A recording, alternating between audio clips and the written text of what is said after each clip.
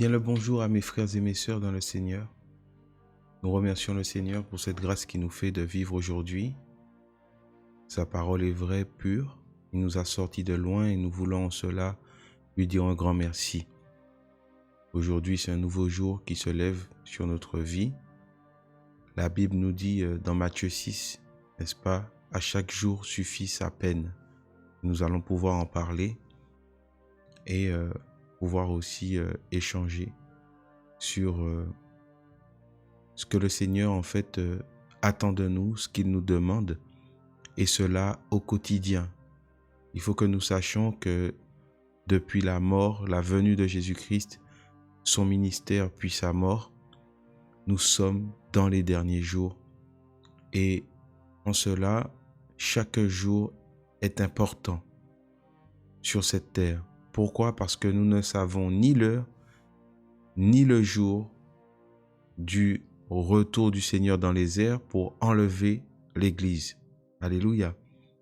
Et voilà pourquoi la Bible et les apôtres nous recommandaient, comme le Seigneur, n'est-ce pas, de ne pas nous conformer à ce siècle présent, de ne pas nous conformer au monde et d'ailleurs, de ne pas aimer le monde. Et ici, on parle non des êtres humains, mais de l'esprit du monde qui a une facilité à nous égarer. Vous voyez, c'est l'image de la masse, n'est-ce pas, de la masse des êtres humains. Et vous allez voir qu'il est plus facile de suivre une foule que de marcher à contresens. Et la parole nous dit qu'il est plus facile, n'est-ce pas, d'aller, n'est-ce pas, vers le chemin qui mène à la perdition que de rentrer dans le royaume des cieux. D'ailleurs, Jean, à sa venue, nous disait que le royaume des cieux est forcé.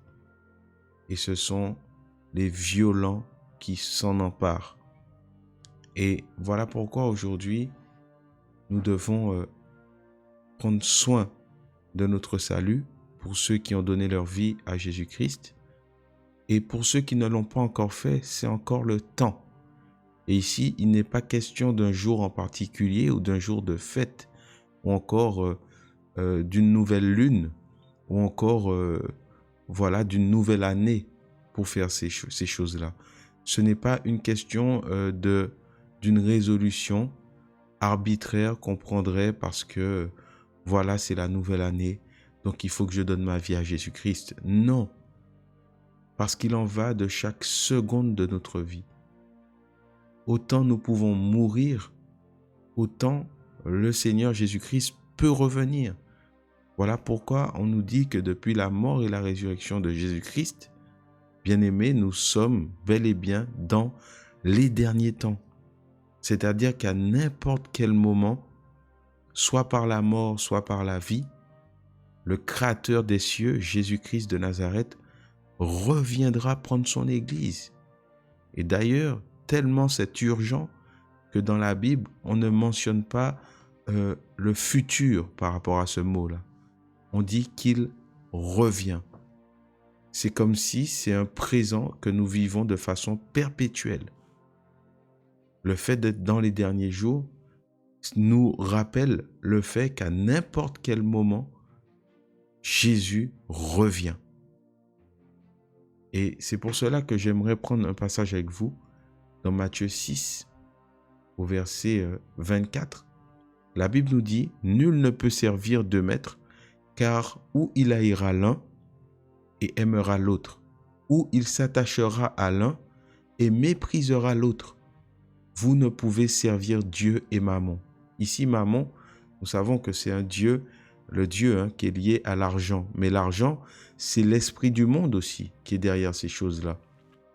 Souvenez-vous que Jésus-Christ va dire, n'est-ce pas, à ces pharisiens qui vont lui montrer le tribut de César, à propos du tribut de César, il va leur dire « Rendez à César ce qui est à César et à Dieu ce qui est à Dieu. » Vous voyez?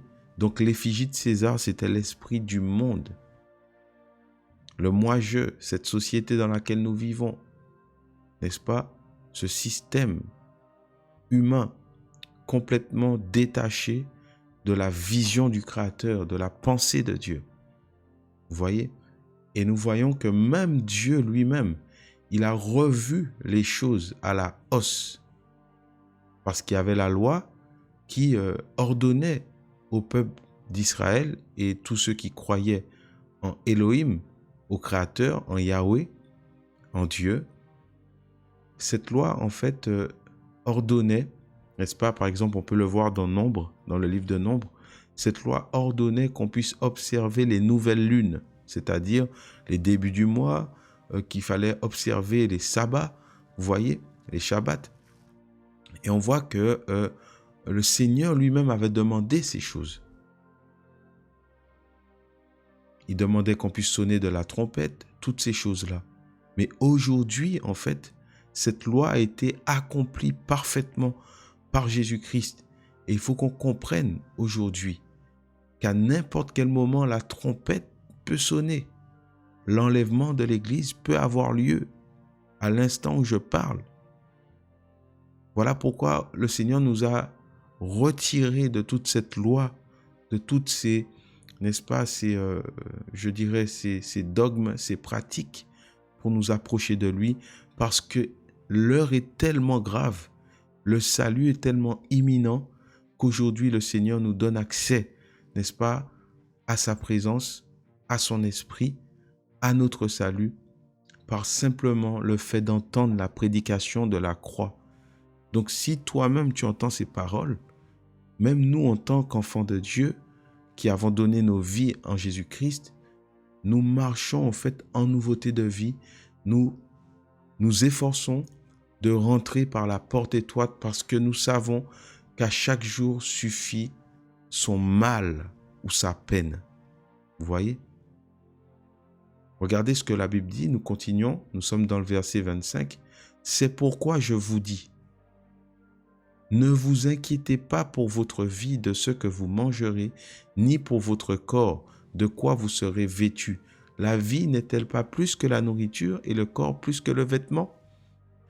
Regardez les oiseaux du ciel, ils ne sèment ni ne moissonnent, et ils n'amassent rien dans des greniers, et votre Père céleste les nourrit.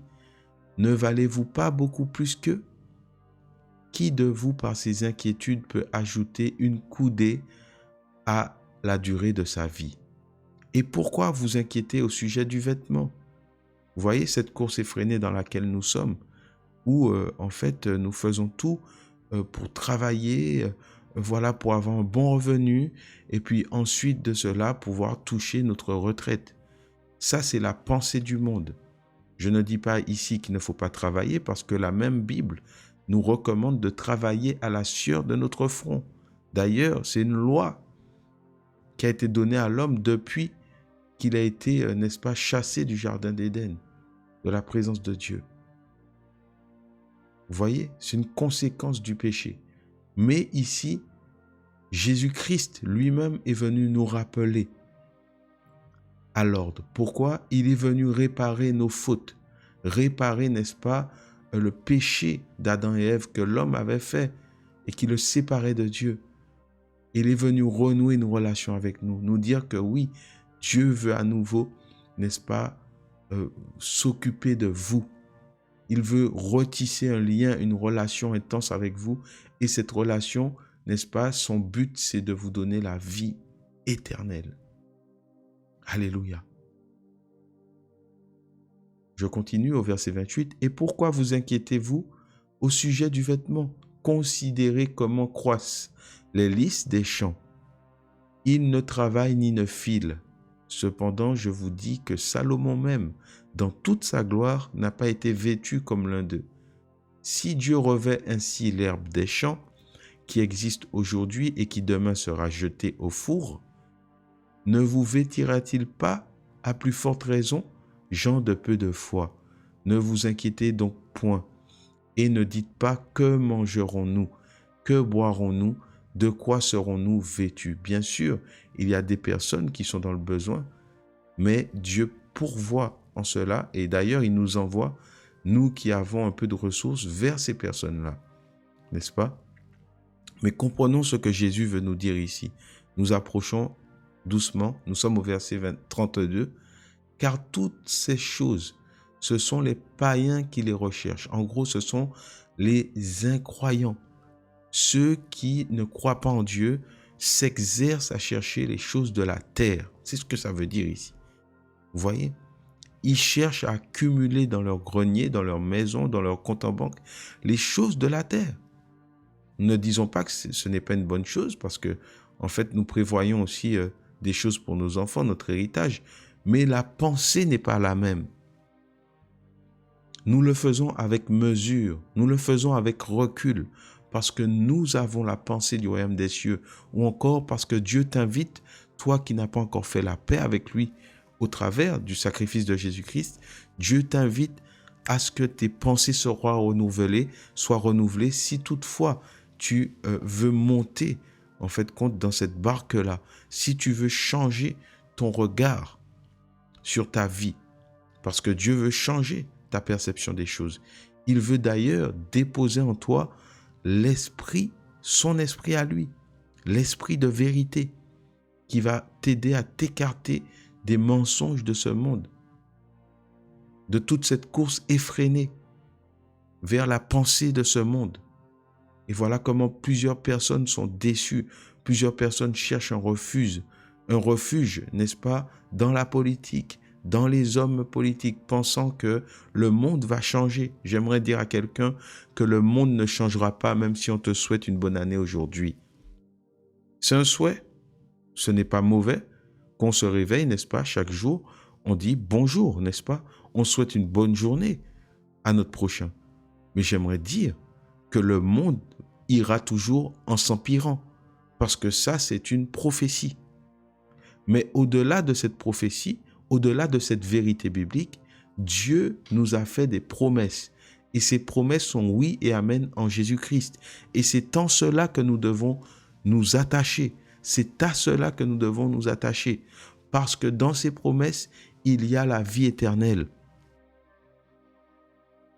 Et ça, c'est la promesse par excellence que le Créateur nous a laissée, à nous, l'humanité, au travers de la mort et de la résurrection de Jésus-Christ, qui est le fondement, le pilier, la fête, le jour que tu dois respecter. Ce jour veut se lever aujourd'hui dans ton cœur, parce qu'il s'est déjà levé sur cette terre depuis longtemps. Mais aujourd'hui, c'est dans ton cœur qu'il veut se lever ce jour. Voilà pourquoi dans Jean 11 au verset 9, Jésus dira, « N'y a-t-il pas 12 heures pendant le jour ?» Vous voyez, pour nous, un jour c'est 24 heures. Mais Jésus va dire, « N'y a-t-il pas 12 heures dans le jour ?» N'est-ce pas? Il y a une signification à cela. Celui qui marche dans le jour ne trébuche pas. Celui qui marche dans la lumière. Mais quelle est cette lumière? Comment est éclairé dans ce monde? Ici, on ne parle pas du sommeil, du soleil, bien-aimé. On ne parle pas du soleil qui brille. C'était une allégorie, une allusion, une parabole pour nous ramener dans une profondeur. Parce que la lumière du monde, c'est Jésus-Christ. C'est celui qui veut éclairer tes pas dans ce monde. Voilà pourquoi il a dit que celui qui croit en moi vivra même s'il meurt. Voilà la promesse de Jésus-Christ. C'est la vie éternelle. Nous n'avons pas d'autre promesse à donner aux hommes. Nous n'avons pas d'autre annonce pour toi aujourd'hui. Combien de personnes t'a souhaité une bonne année aujourd'hui? C'est bien joli. Mais qui t'a parlé de la promesse de Dieu pour ton salut? Est-ce qu'en tant qu'enfant de Dieu, chaque jour, tu te renouvelles dans sa présence, dans le souhait qu'il a pour toi? Parce que Jésus dit que son souhait pour nous, c'est notre sanctification. Parce que sans celle-ci, personne ne verra Dieu. Et pour se sanctifier selon Dieu, il faut avoir cru en Jésus-Christ. Il faut avoir changé de paradigme. Il faut avoir accepté la prédication de la croix. Et il faut comprendre ce qu'est la croix pour l'humanité. La Bible nous dit que nous étions morts dans nos fautes. Et Dieu, par son grand amour, n'est-ce pas, il s'est manifesté en chair et il est allé jusqu'à la croix pour nous parce que le péché, n'est-ce pas, par le péché, la mort est rentrée dans le monde. Souvenez-vous que lors du péché d'Adam et Ève, je fais une parenthèse, le Créateur avait dit, mais si tu pêches, tu mourras, tu mourras. Ici, il est question de deux morts, la mort physique et la seconde mort. Donc l'étang ardent de feu, c'est le jugement dernier pour toutes les âmes qui ont choisi la pensée de ce monde. Et voilà pourquoi il est important de se recentrer sur la vérité, sur ce que Dieu te demande, sur ce que Dieu me demande, sur ce que Dieu demande à l'humanité. Quel est le message de l'Évangile? Quelle est cette bonne nouvelle? Quel est ce cadeau? Nous étions dans une période de fête où certainement tu as reçu beaucoup de cadeaux. Mais tous ces cadeaux passent, nous l'avons lu ici. Beaucoup de personnes se sont inquiétées de ce que tu n'avais pas de montre. On t'a offert une montre. Beaucoup de personnes se sont inquiétées de ce que tu n'avais pas de boucle d'oreille. Beaucoup de personnes se sont inquiétées de ce que tu avais l'iPhone 14 et qu'il faut aujourd'hui que tu aies la dernière version de celui-ci. Mais quelle est la version que Dieu veut que tu sois pour être enlevé au ciel, pour partir dans les nuées auprès du Créateur, après ta mort ou au jour de l'enlèvement? Et c'est cette question que nous devons, n'est-ce pas, nous poser, que le monde entier doit se poser. Voilà la recommandation de Jésus pour nous. Voici son souhait pour nous. Parce que c'est bien de penser à nous faire du bien, à nous souhaiter de bonnes journées, n'est-ce pas? J'entends souvent bon dimanche, on entend bonne semaine, c'est très bien, c'est un bon souhait. Bonne année, c'est un très bon souhait. Mais quel est le souhait du Créateur pour l'humanité? Nous sommes dans Matthieu 6 au verset 33. Cherchez premièrement le royaume des cieux, dit Jésus, et la justice de Dieu, et toutes ces choses vous seront données par-dessus tout. Ne vous inquiétez donc pas du lendemain, car le lendemain aura soin de lui-même. Vous voyez, c'est un autre paradigme, c'est une autre vision. À chaque jour suffit son mal. Bien-aimé, il n'y aura pas de bonheur sur cette terre. Parce que cette terre est vouée à la destruction, à passer, comme la fleur de l'herbe.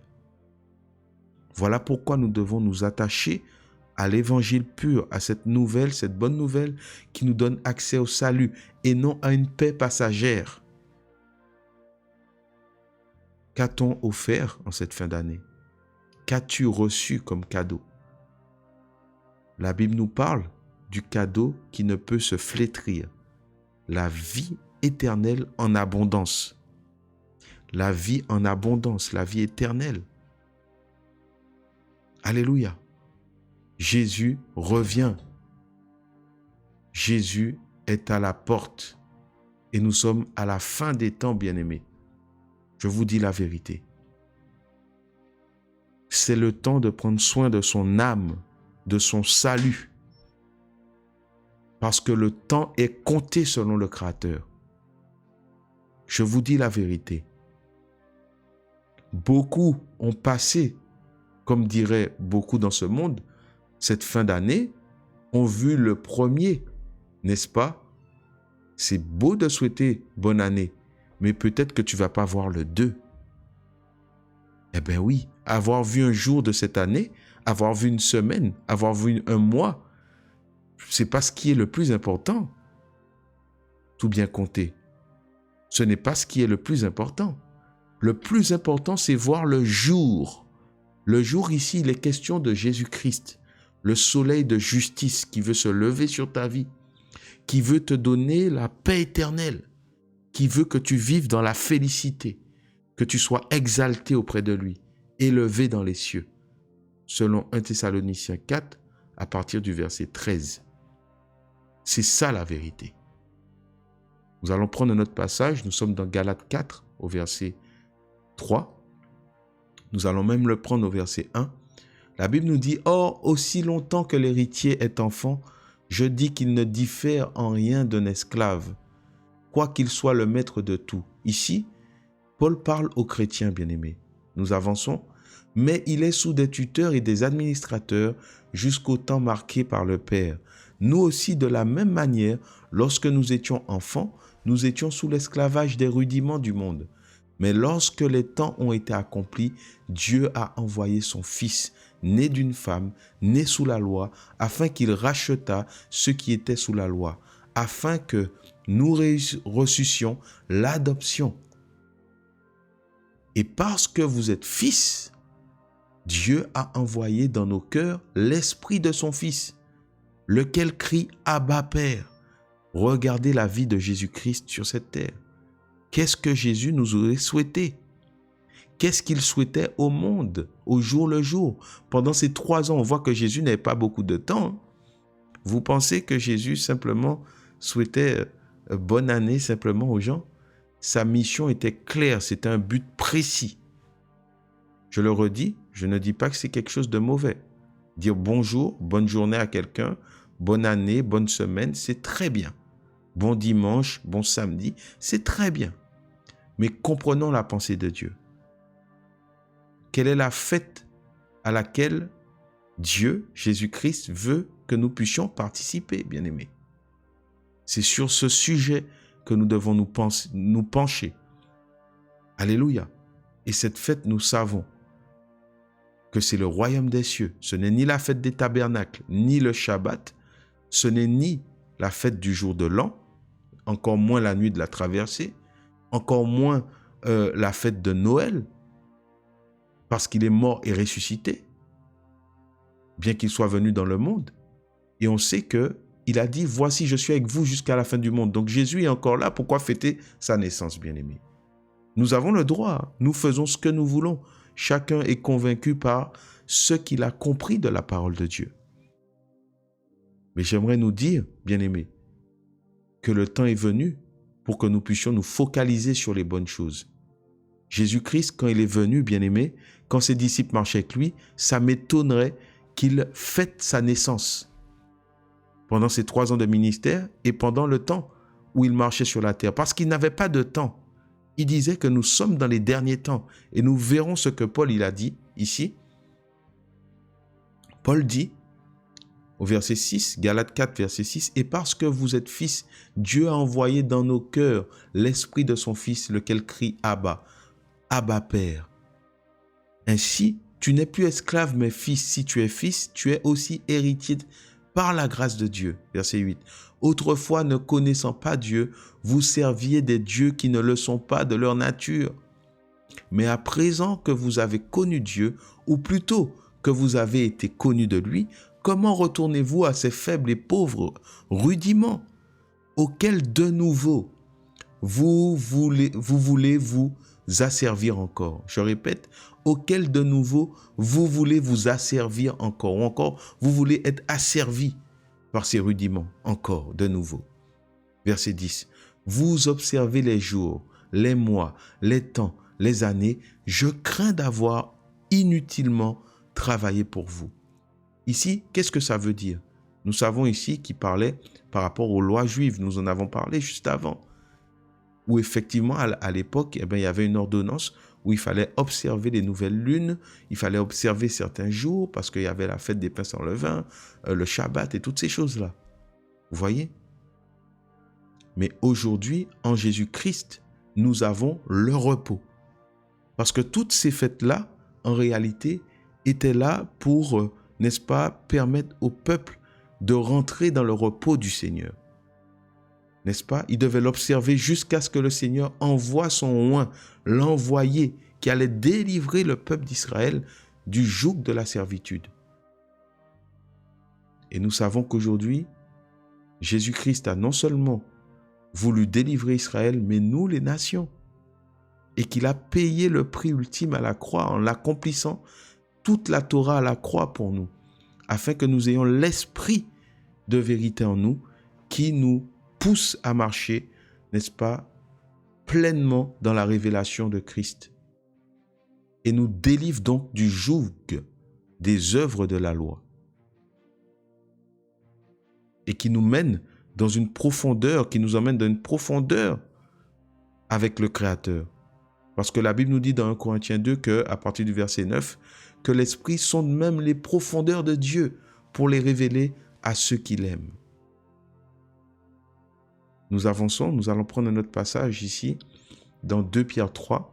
Voici déjà, au verset 1, voici déjà, bien-aimés, la seconde lettre que je vous écris.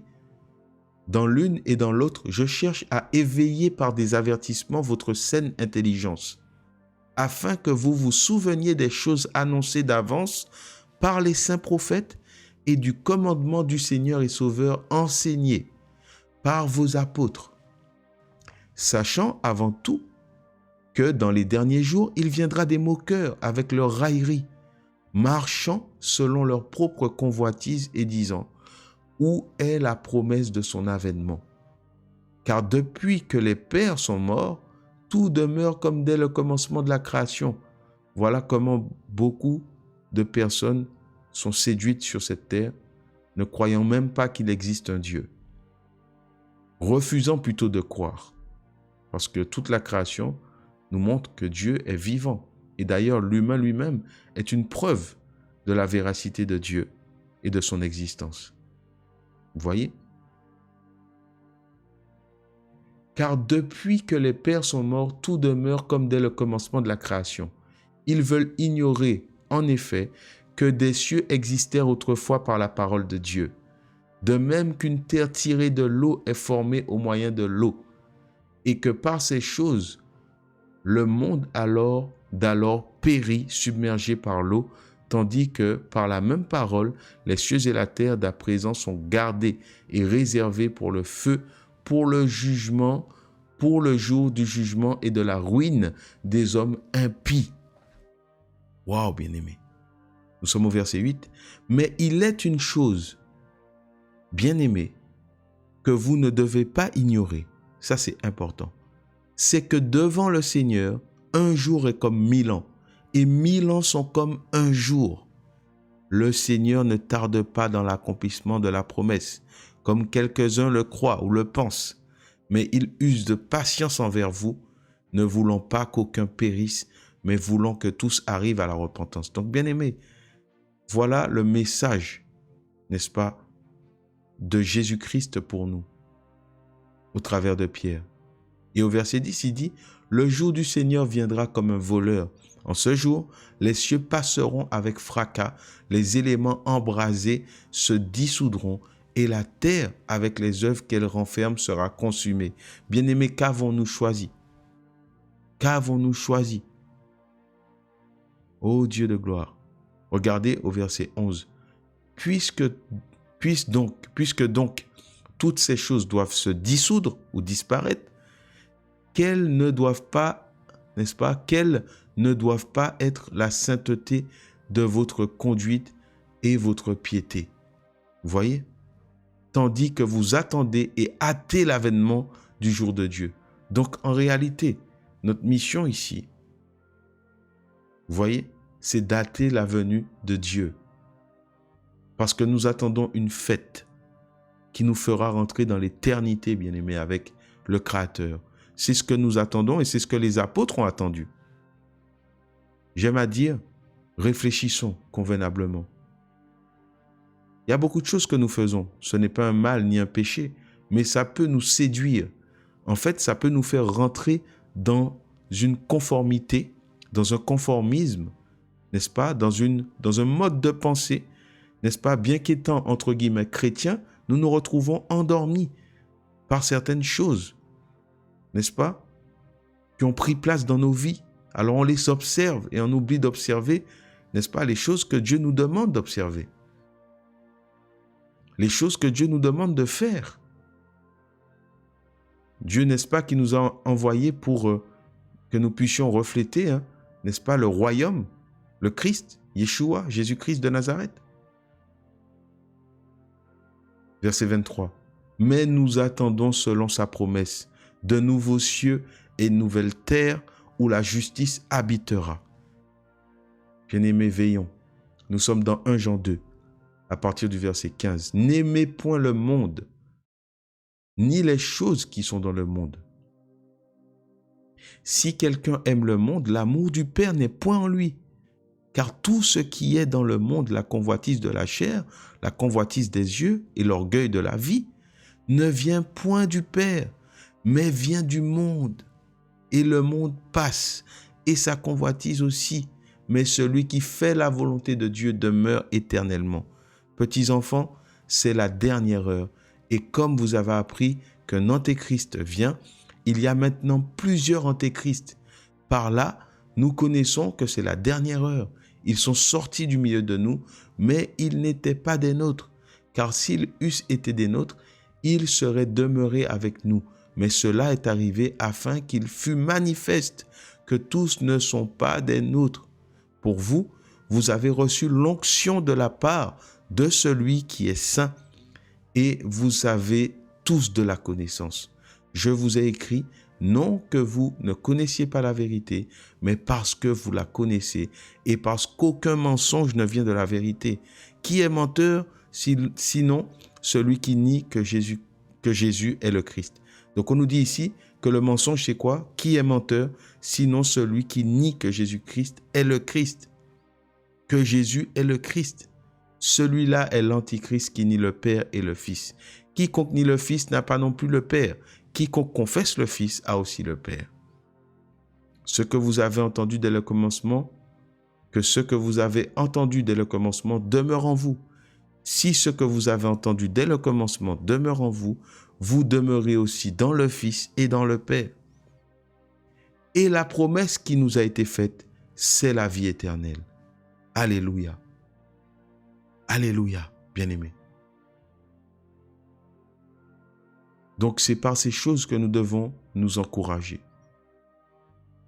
C'est par ces choses que nous devons continuer à avancer jour après jour, seconde après seconde.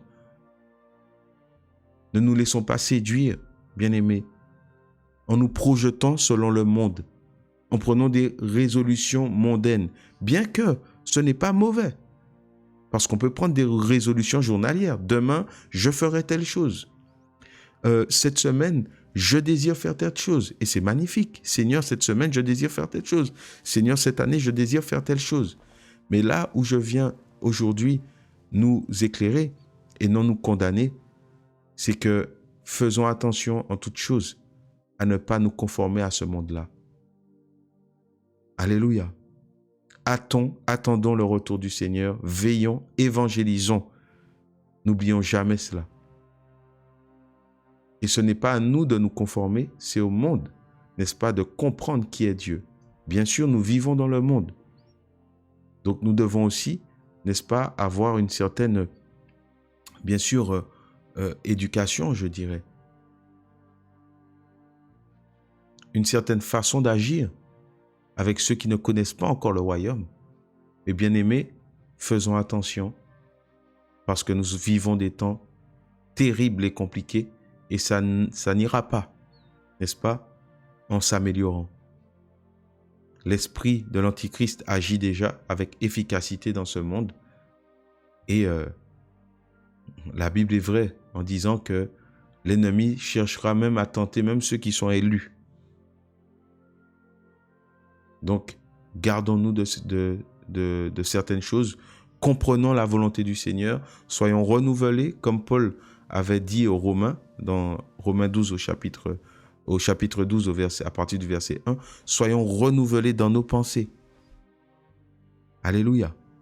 Soyez bénis, bien-aimés, soyez encouragés, fortifiés, et je vous souhaite le meilleur, mais surtout, d'aller au ciel après la mort, que nous puissions voir Jésus-Christ à son retour, à l'enlèvement de l'Église. Parce qu'un signal donné et à la voix d'un archange, il va nous appeler. Et premièrement, les morts en Christ ressusciteront, ceux qui dorment, et nous serons enlevés dans les airs. C'est ce que Paul disait, alors qu'il n'a pas vu l'enlèvement. Vous voyez la pensée? Veillons, bien-aimés, les temps sont compliqués. Soyez bénis et on se dit à bientôt pour une nouvelle vidéo. Amen.